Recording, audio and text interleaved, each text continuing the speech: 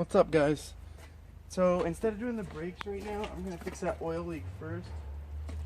I have some gloves.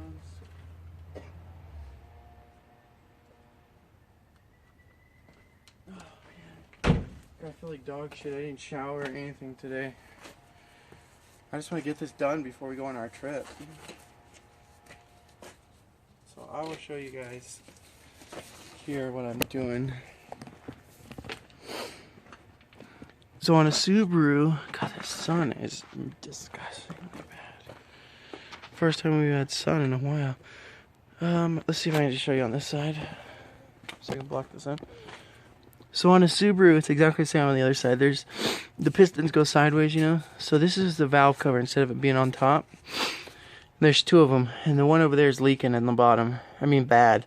When it was raining, you can just see oil just coming. It just looked like a rainbow in front of the car every time you parked it. So I'm gonna fix that first, then do the brakes. You can see that brake fluid. I don't know if you guys can see that. Probably not, but it's pretty dark. We'll see it when we change it. Now I'm thinking about chucking this radiator and putting the stock one back in. It kind of leaks, but it's better than having. I think it might be affecting my transmission because you have tranny cooler lines. I think transmission is getting too hot. So, I mean, this one should be fine, except for it just leaks a little bit slowly. Slow leak. I mean, it was really slow when I took it out, so we'll see. Yeah, other than that, that's all I got going on. I'll try to take you guys with me. Right now, I'm just taking out the battery. And it's being a pain in the ass because the tail is corroded. So I don't know. I can't even get this terminal to split open. Like it's that corroded. I've whacked it with a hammer, everything. The battery's junk too. I gotta get a new battery before we go. Oh, there we go.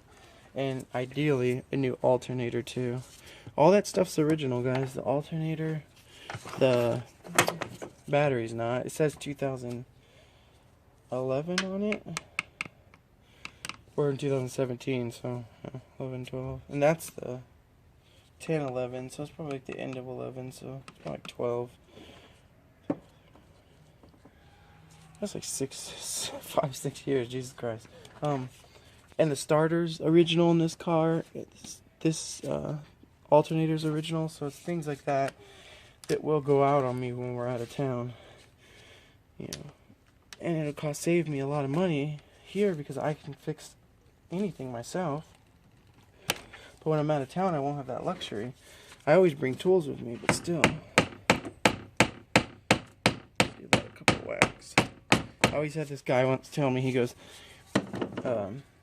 like if I'm sitting here doing this and I start hitting it with a pair of vice grips, he says that's not the tool for that job. There's a tool for every job. And if you use the right tool for every job, it will make it quicker in the long run. Even though it seems like you're saving time because you're just grabbing that. But he told me that you'll save time in the long run if you get the right tool. Because if you break something, I'm sure this isn't the right tool. You guys get what I mean. Being philosophical here. God, I can't believe it's that corroded on there. That's just crazy. Alright, I'm going to get this off and then we'll pick back up, you guys. So I got the battery off. God, my throat hurts. It's so cold out here. And I couldn't get this terminal off. It was that corroded. I was beating on this motherfucker. So I just had to unscrew with the wing nut. And unhook them all there. And I don't know what that is. Is that battery acid? How would you go? It's awful thick.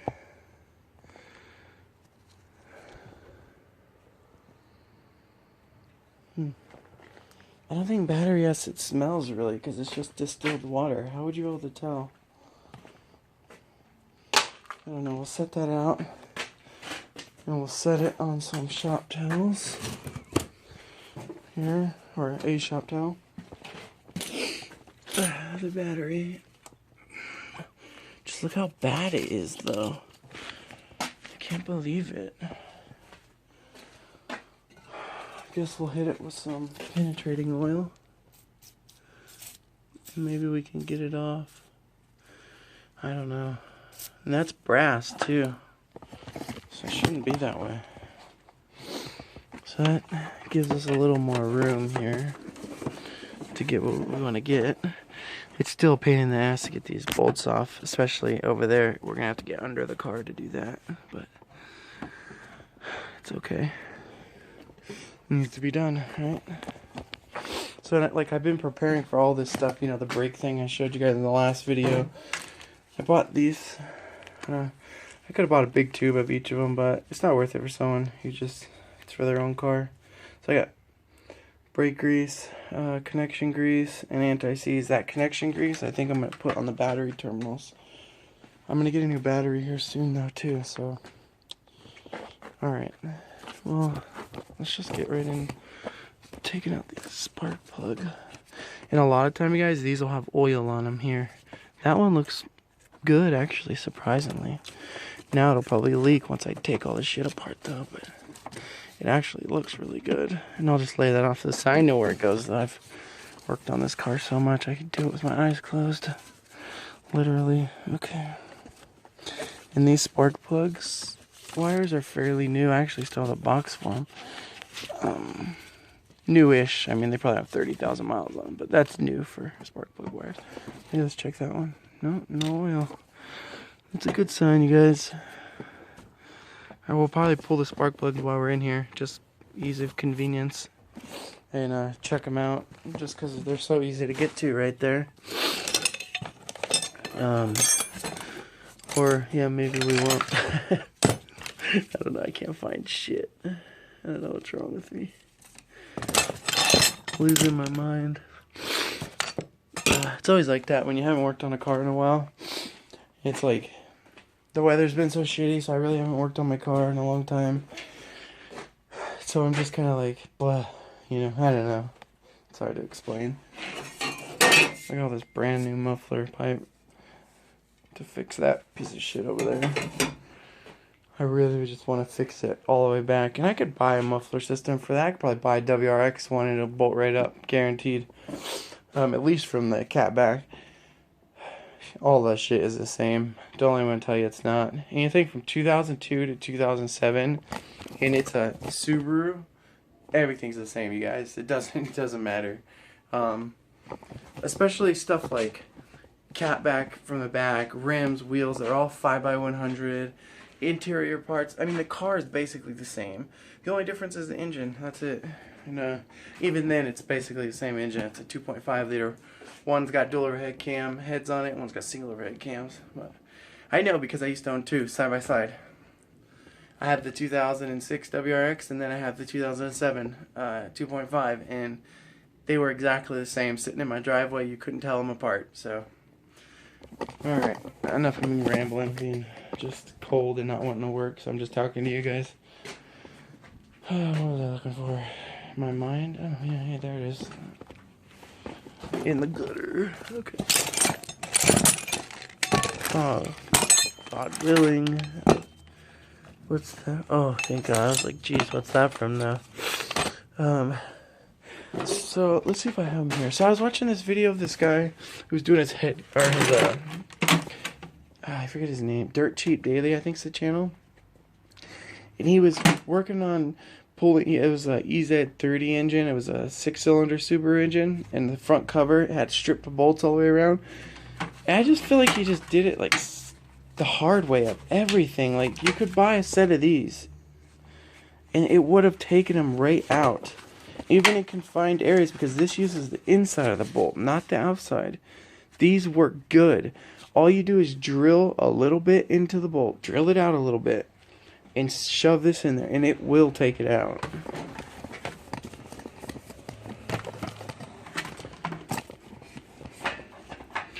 Imagine if that's a bolt that I drilled, right?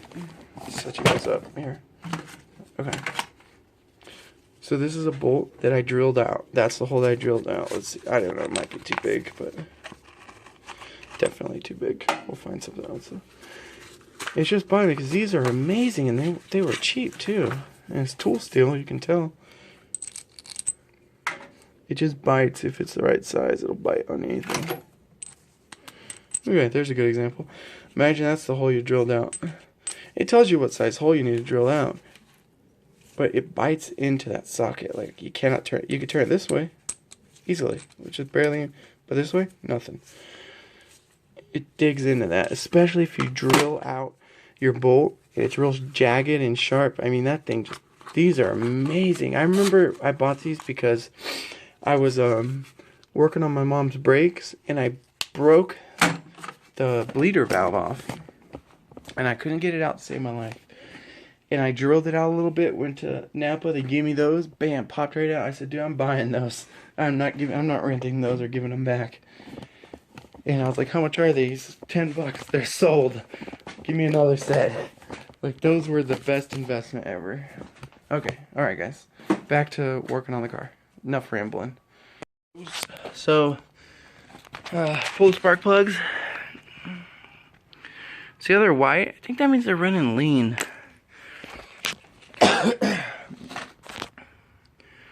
Clean hands. So I pulled, this is the valve cover. It had 6 bolts around the edge. They were 10 millimeter. One of them, this one, and the end's a pain in the ass to get to, or this one of the two. But on an older style Subaru, there'll be a bolt in the middle too. So I think there'll be 6 plus 1 in the middle. But on newer ones, they don't have that, which, good riddance, you don't need it. So, see how pliable this gasket is? This is one I found that's new, and I have another one here I found that's new. The one that's in here is so hard I can't even get it out. And you could see where it's just leaking, drip, drip. Oh, man, it sucks. You see how nice the oil is, though? I changed my oil.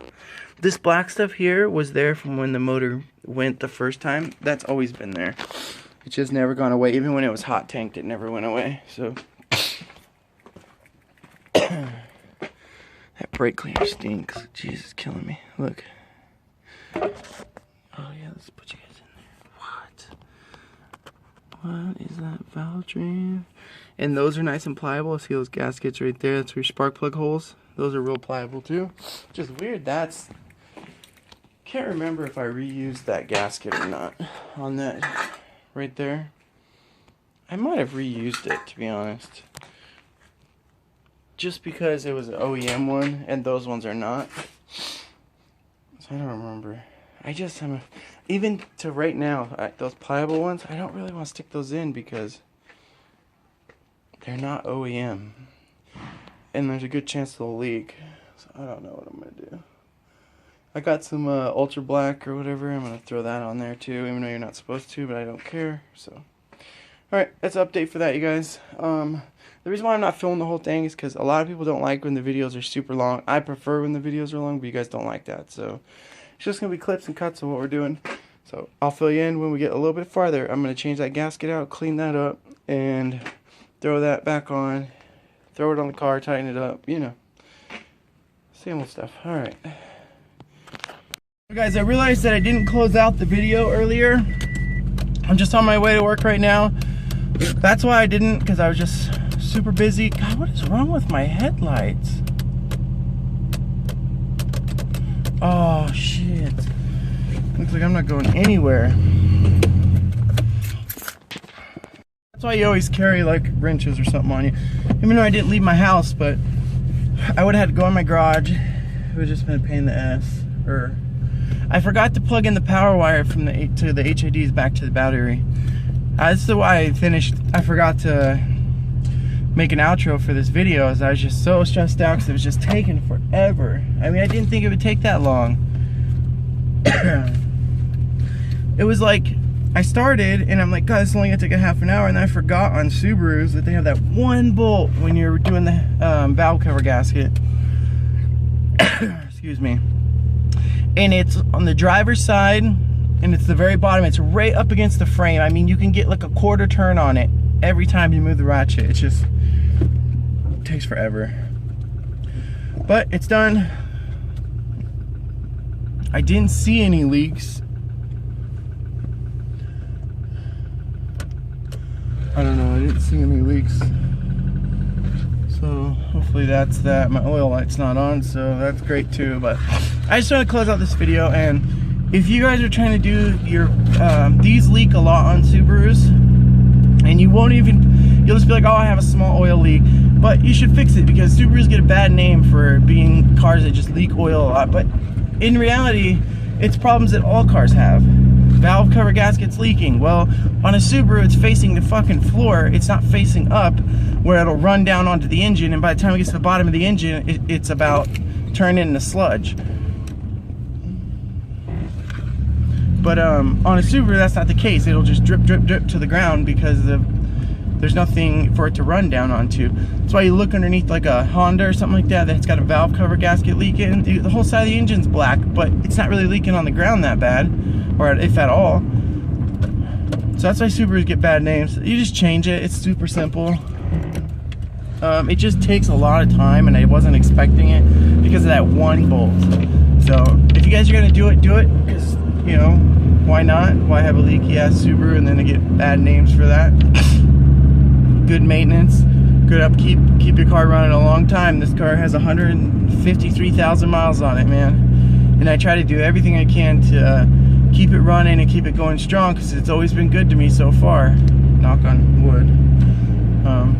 Well, I just wanted to close this video out. Thanks you guys for watching. Subscribe, like. I'm sorry that the video footage, I know I should have videoed right at the end and shown you everything and shown the end of the process, and it's kind of choppy, but it is what it is. I just forgot. It was a shitty time doing that because I just took so long. I mean, like 4 hours, guys. It should never ever take that long to do a valve cover gasket, especially somebody who's done them before. Who can rip out an engine in 4 hours? It should not take that long. So I don't know. I mean, I don't even have the excuse to say I was videoing, because I videoed, but I only did it after I would do something. It's not like I had it running the whole time. So. Oh, and another thing that set me back was the battery terminals. I had to literally remove the battery with the terminal still on it and remove the cables from the terminal. I mean, just nuts. Alright guys, thank you for watching. Every one of you guys rock. I hope this video helps you out a little bit. Oh, and don't use RTV on there. I only did it because I'm just a nut like that, and I'm like, freaking out that it's gonna leak or something, and I don't want to have to do it again, to be honest. So I'm lazy. Whatever. I admit it. Okay. Later, y'all. Thanks for watching. Subscribe, like, comment, share. You know, everything that you guys do will help my channel out. I'm doing the best I can to try to grow it. Thank you for watching. Love y'all.